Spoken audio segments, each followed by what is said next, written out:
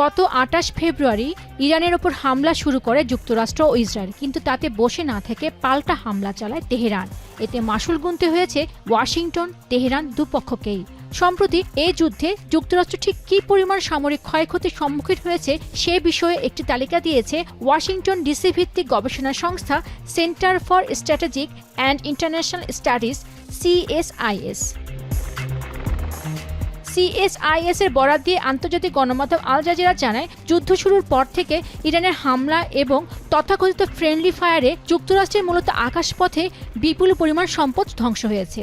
ধ্বংস হওয়া সরঞ্জামের মধ্যে রয়েছে $70 কোটি একটি AWAC রাডার বিমান, 48 কোটি 50 লাখ থেকে 97 কোটি মূল্যের মিসাইল প্রতিরক্ষা রাডার, 3টি F-15 যুদ্ধ বিমান, বেশ কয়েকটি রিপার ড্রোন এবং একটি MQ-9 রিপার ড্রোন। শুধু তাই নয়, গত 30 এপ্রিল যুক্তরাষ্ট্রের কংগ্রেসে এক জরুরি শুনানি অনুষ্ঠিত হয়। প্রতিরক্ষা দফতর জানায়, এ পর্যন্ত যুদ্ধে তাদের প্রত্যক্ষ ব্যয় হয়েছে $25 বিলিয়ন। তবে ডেমোক্রেট নেতা রো খান্না দাবি করেন, যুদ্ধের কারণে জ্বালানি ও খাদ্যের দাম বেড়ে আমেরিকার অর্থনীতির ওপর মোট ব্যয়ের পরিমাণ দাঁড়াবে প্রায় $631 বিলিয়ন, যা প্রতি পরিবারের জন্য প্রায় $5,000 করে। এরই মধ্যে হরমুজ প্রণালী শিগগিরই খুলে না দিলে লাখ লাখ মানুষ ক্ষুধা ও অনাহারের সম্মুখীন হতে পারে বলে আশঙ্কা প্রকাশ করেছে জাতিসংঘ।